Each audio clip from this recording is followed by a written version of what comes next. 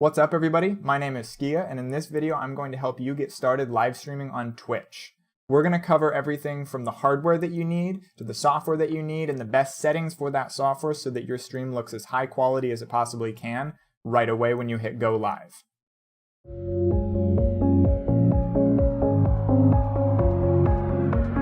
Let's start with hardware. For hardware, you just basically need a decent PC. Anything that's been built in the last 2-3 years is probably going to be fine, minus budget laptops, super budget desktops, or a MacBook, something like that. If you have a computer that you game on and you get a good FPS, 60 FPS plus, and you're probably going to be fine to at least get started streaming. You might not be able to stream the highest quality available to you right away, but you should be able to at least get started. So as long as you have a computer that's going to be good enough for this, for example, anything like an NVIDIA 9 series graphics card with a Intel 6 series or above CPU, just as an example, should probably work just fine. So as long as you have that, that's all you really need for hardware other than a microphone and preferably a camera. So most gaming headsets, if you're a gamer, have a microphone built in. You can start by just using that.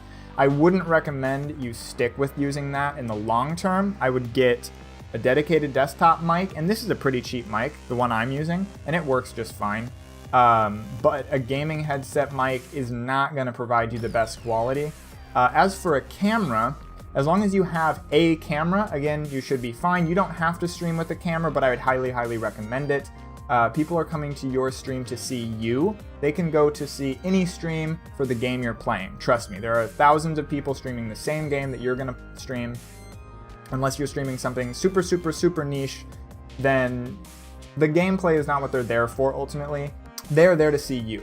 Now that we've got the hardware covered, let's talk about the software you need. You're going to need some software to capture the game and any input from camera or microphone that you have, encode that and send it off to Twitch. The software that I use is OBS Studio, and that's what I would recommend for you guys as well. If you don't have that installed already, make sure you go to their download page. I have a link in the description of this video. Get that software installed, open it up, and you should see something like this. So this is just a blank, non-configured version of OBS Studio. I don't have any of my scenes or any of my settings in here for my own live stream, and that's just so I can show you guys what this will look like right off the bat. First things first, let's go over some of your settings. Let's get that started, and then we'll go add some things in to make sure that you are actually broadcasting something. Right now, it's just blank, as you can see, so we got to add something. First, let's go ahead and look at your settings, though. So if you want to go ahead and click on the settings button right here in the bottom right, you should see a screen like this. We are going to be primarily focused on the output tab. What you want to do is switch the output mode to advanced, just like this. Once you're on this screen, you have a couple of options. Primarily, we want to talk about the encoder. What encoder you use is very dependent on the hardware that you have. If you have a computer with a very high-end processor and a lower-end graphics card, you probably want to stick with using X264 as your encoder. The X264 encoder uses your CPU and processing power to encode the video before sending it to Twitch, instead of your graphics card. If you have a more powerful graphics card, a lower-end CPU, you might want to consider switching it to NVENC. This is for NVIDIA. I have an NVIDIA graphics card in my computer, so that's what it's showing me. There's also an option for AMD, and there should also be an option for Intel integrated graphics if you have that enabled or if you have a processor with Intel integrated graphics in it. That being said, an Intel integrated graphics card is probably not going to be something you're going to want to try and stream with anyways, so let's move on from that. So how do you decide which encoder is going to be right for you? Ultimately, you just have to test them both and see which one gives you the better quality. I can give you an example from my own experience. I actually use the NVENC encoder on my computer because I have a pretty good graphics card and I'm able to encode using the hardware encoder in the graphics card just fine. It's not a terrible loss of quality compared to X264, and I get more performance out of my computer by doing so, because it uses a hardware chip as opposed to just using raw processing power. The X264, I can also do that. However, I find that if I'm playing games that are unoptimized, such as PUBG or something like that, I end up with more issues using x264 because it uses 15 to 20% of my processor when I encode using x264, which I'd rather put that towards the game, have a tiny loss in quality on the hardware encoder, have a cleaner experience for myself. Once you've chosen an encoder, let's start with x264 as an option. We need to go down here and take a look at your rate control. This is very important. This needs to be set to CBR. That means constant bit rate. What that means is that Twitch is going to receive a constant stream of information from your computer, and it's not going to vary all that much. It might go up and down a little bit, but for the most part, it's going to be the exact amount of data you specify right here under your bit rate. Your bit rate is measured in kilobits per second. So right now, the default is 2,500 kilobits per second. What we're going to do is we are going to go ahead and test our upload speed to decide how much bit rate we should put here. We're also going to take a look at Twitch's guidelines for this section as well, so that we make sure that we're in line with what they want us to be sending to them, so that we're not sending them too much data. And then we also want to make sure we're not sending too little data so that the stream looks high quality. So to test your upload speed, what you're going to do is head on over to speedtest.net, click the giant Go button in the center of the screen, wait for the process to finish. It will then show you your ping, download, and upload speeds. So your bit rate is measured in kilobits per second. Speed test measures in megabits per second. There's 1,000 kilobits per megabit. So if you have an upload speed of, let's say, 10 megabits per second, that means you can stream at technically up to around 10,000 kilobits per second, or a 10,000 bit rate. That's not going to ultimately work out for you, as you do need to have some headroom there on your upload. You need to save some bandwidth. However, theoretically, that is what you could do, just to give you an idea of how those numbers work. So as you can see, I have an upload speed of 31.58 megabits. That fluctuates here or there. So I have a lot of headroom that I can play with for my bit rate. You might have 5 megabits, 10 megabits, 15, 20 megabits, whatever. As long as you're above 5 megabits, then you shouldn't really have too much of a problem. If you have a 5 megabit or lower upload, you're going to have to be very cautious with the bit rate that you set within OBS here. For example, if you have a 5 megabit upload, 2,500 bitrate would be about the maximum I would recommend you set in OBS. Anything higher is going to cap you out if your upload fluctuates at all, or if anything else is going on your network using up that bandwidth. Keep in mind here that the video tab does not include your audio bitrate as well, so we still have yet to calculate that into your total bitrate being sent to Twitch. So let's say you have a 10 megabit upload. With a 10 megabit upload, you can safely stream at most bit rates that are going to be acceptable for non-partnered or non-affiliated streamers. The reason that not being partnered or affiliated matters when choosing a bitrate and streaming to Twitch is because Twitch prioritizes their partners and then their affiliates and then everybody else when giving them what's called encoding options. Encoding options allow the viewer of your stream to choose how they want to view your stream and in what bitrate they want to choose to view your stream. If you're ever watching somebody, a high-profile streaming, you probably notice that they have an option to switch their stream from 1080p to 720 to 480, etc. Those are encoding options. If you have encoding options on your stream, you can set your bitrate to something ludicrously high because the viewer can turn that down if they're having issues or they're experiencing buffering. Keep in mind that if you set a high bitrate and you're uploading a very high bitrate to Twitch, your viewers are also downloading at that same bitrate, which means you might alienate people on cell phones or lower internet connections. So you typically don't want to go too high with your bitrate for that reason either, unless you do have transcoding options available to you. I would recommend starting your stream at about a bitrate of 3000. This will leave a little bit of room for your audio bitrate as well, and it won't alienate anybody with a low quality internet connection, and you should be safe. If you have a 10 megabit upload, or maybe even a 5 megabit upload, you might be able to get away with around 3000. So let's start with that. Once we've set our bitrate, we then have to set a keyframe interval. Twitch would like us to set a keyframe interval of 2, so we're going to go ahead and do that. CPU usage preset is our next option. The slower, quote, presets are more taxing on your processor than the higher speed presets. So using a lower speed preset is going to make your stream look a lot nicer, but put a lot more strain on your computer. Typically, anything below medium, you're not going to see a big enough increase to justify the resource usage for these. I would stick with everything from ultra fast to fast. Even medium itself, there are definitely diminishing returns when going to medium or above. So I would definitely recommend sticking with these. You might have to play with these to see what kind of performance you can get out of your machine. I usually stick with fast or faster. I'm gonna set it to faster right now. And you'll notice that when you start streaming, there's a little CPU usage meter down here in OBS. If you see this spike really high, I like to keep mine, I don't like when it goes above 20% or so, because I want to keep enough room for the game or whatever else I'm doing to use my processor.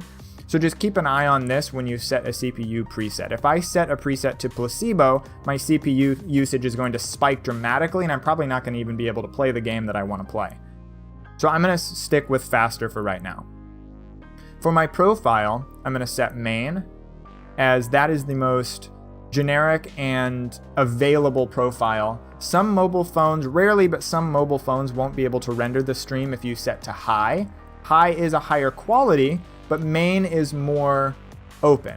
It allows more people to view your stream, so I would just stick with that for now.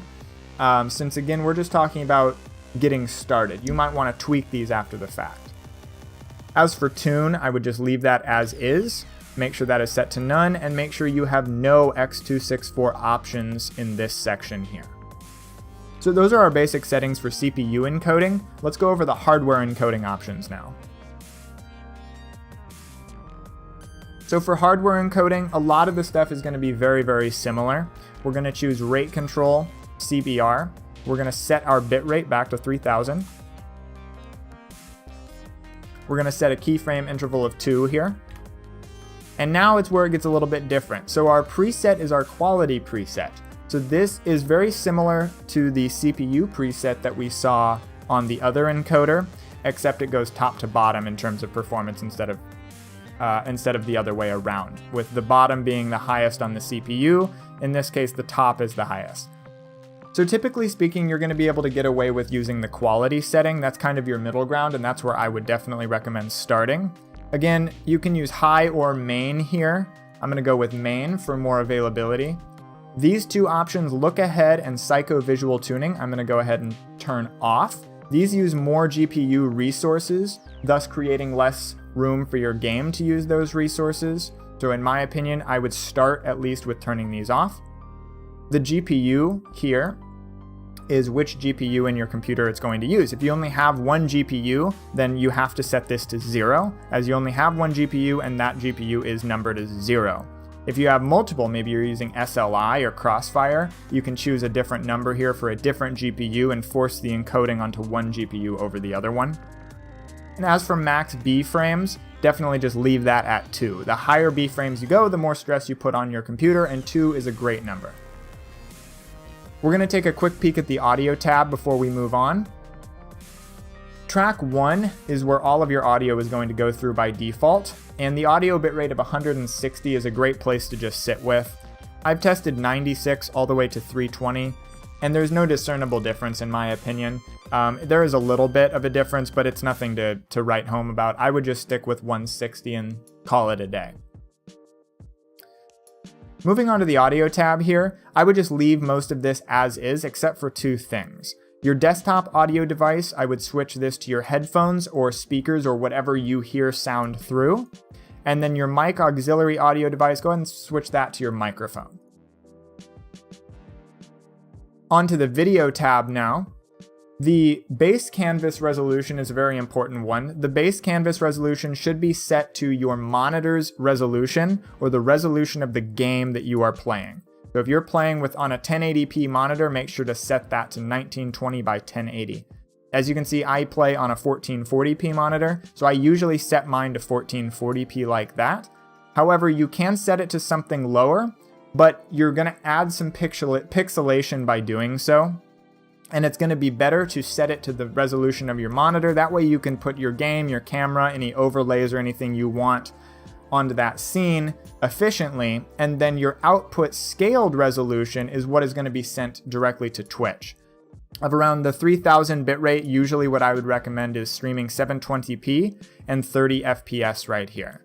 I stream a little bit higher and use 60 FPS, but I can get away with that with my computer and with my internet. So that's something you might just have to play around with, but a great starting point is 1280 by 720 and 30 FPS.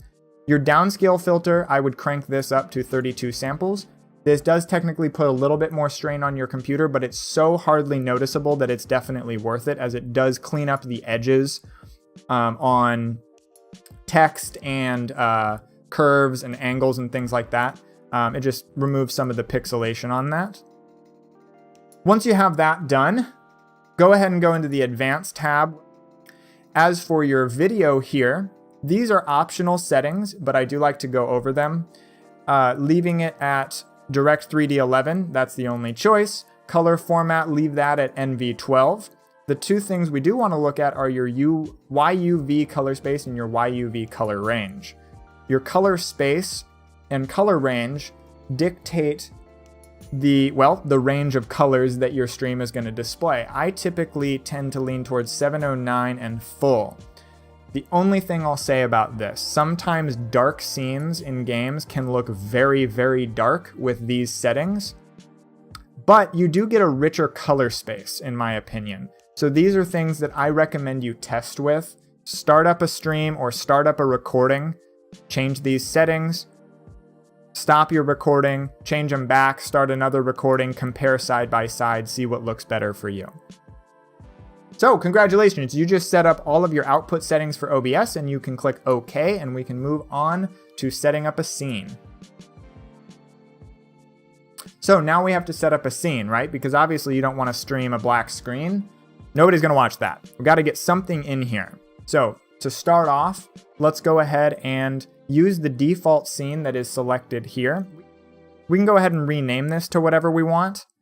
In my case, I'm just going to name it Video Game. You can name that to whatever you like. I have a scene set up for my game, my camera, desktop, and a bunch of other things, so you can name them accordingly. So next what we're going to do is add a source. First things first, let's add your game. The best way to go ahead and do this is to use the game capture feature. Instead of capturing your whole monitor, you're just going to capture the video game itself. The reason you do this is because it does put a little less strain on your computer.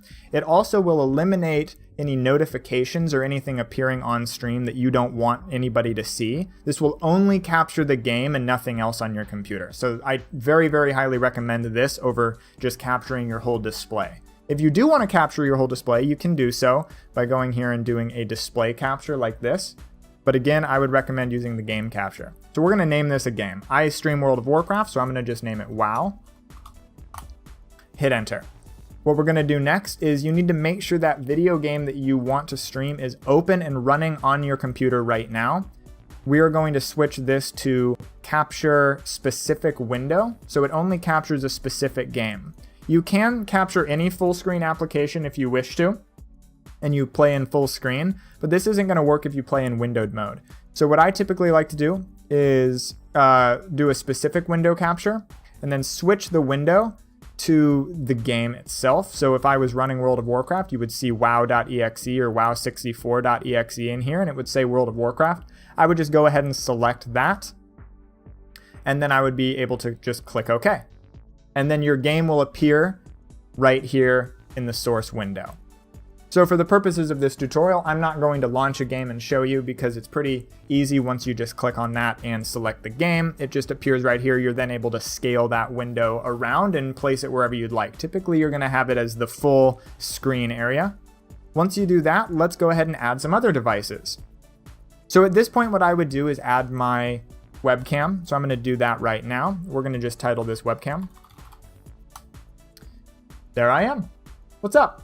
So we've added the webcam in here now. I'm going to make sure that we're on the right one. We are on the correct one. I'm going to do a couple of tweaks here to make sure that this looks the best that it can look right off the bat. I'm going to switch the resolution here. The device default resolution is square, right? So that doesn't look very good in my opinion. I want a full 16:9. I want a widescreen setup on my camera. So I'm gonna go ahead and switch this to a custom resolution.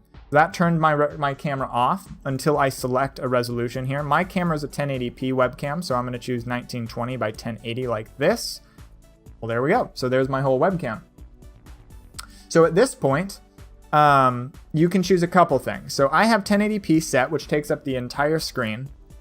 I don't necessarily recommend this unless you're using a full screen camera scene. If you're just gonna have the camera in a lower left corner or right corner or somewhere on the screen that's not very large, I would go ahead and choose a smaller resolution. I really like using 864 by 480 for my camera resolution, and then pulling that in and just scaling it down a little bit. We could even go with something a little bit lower here on a 1080p scene. So we could try something like 640 by 360 like that, pull that in, right? The reason you do this is because this puts less strain on your computer, because what you end up having is you don't have to render that webcam at 1080 and then shrink it down. You can render it at a much smaller resolution and just take out that headroom and resource uses that you need to use to render that at a higher resolution. The next thing you're gonna do is, again, you have these options for color space right here. So I like to, again, choose 709 in full. I think it makes my camera look a little bit more colorful, but that is up to you. You might wanna play around with that. As for your FPS, just match your output FPS. That's no problem. If you're gonna be streaming at 30 FPS, a lot of webcams only do 30 FPS. Some do 60 FPS, but if you're outputting at 30 FPS anyways, it doesn't matter. And if you're outputting at 60, well, it's gonna match it either way. So I would just leave that at match output FPS. We're gonna click OK on that. At this point, you can move stuff around. You can drag around the camera. We can move this wherever we want. Maybe we want it up here, whatever works for you in the game that you're playing. At this point, all we really need to do is add some graphics if you want them, or you can just click stream right away. We've already set up OBS. We've set up a scene for you with a game. We have your camera in here and we have your audio devices in here. I currently don't have my audio devices in here as I didn't select them when we were doing the earlier settings. That's okay, you did. There will be sliders right here, and you can go ahead and control the volume of each audio, both the output and the input. Input being your microphone, output being what you hear in your headset or your speakers. I would recommend tweaking that, doing some recordings, seeing, get those levels correct, make sure that make sure that the volume is even, make sure that you're a little bit more in focus than the game audio or anybody on Discord or any voice chat apps like that. You're the subject here, so make sure you are a little bit louder than everything else. Typically your game volume shouldn't be that loud, but if you're playing with other people, just again, make sure you're a little bit louder than they are. Once we have all of this going, you are ready to get started and click Start Stream, right? Because you've connected your Twitch account when you first launched OBS, you are good to go. If you have any questions about anything we've talked about, please leave a comment on this video. I will do my absolute best to answer that question for you. Please remember also to like and subscribe, turn on that notification bell if you want to see more videos like this. We have a lot more coming up in terms of tutorials and guides, so definitely stay tuned.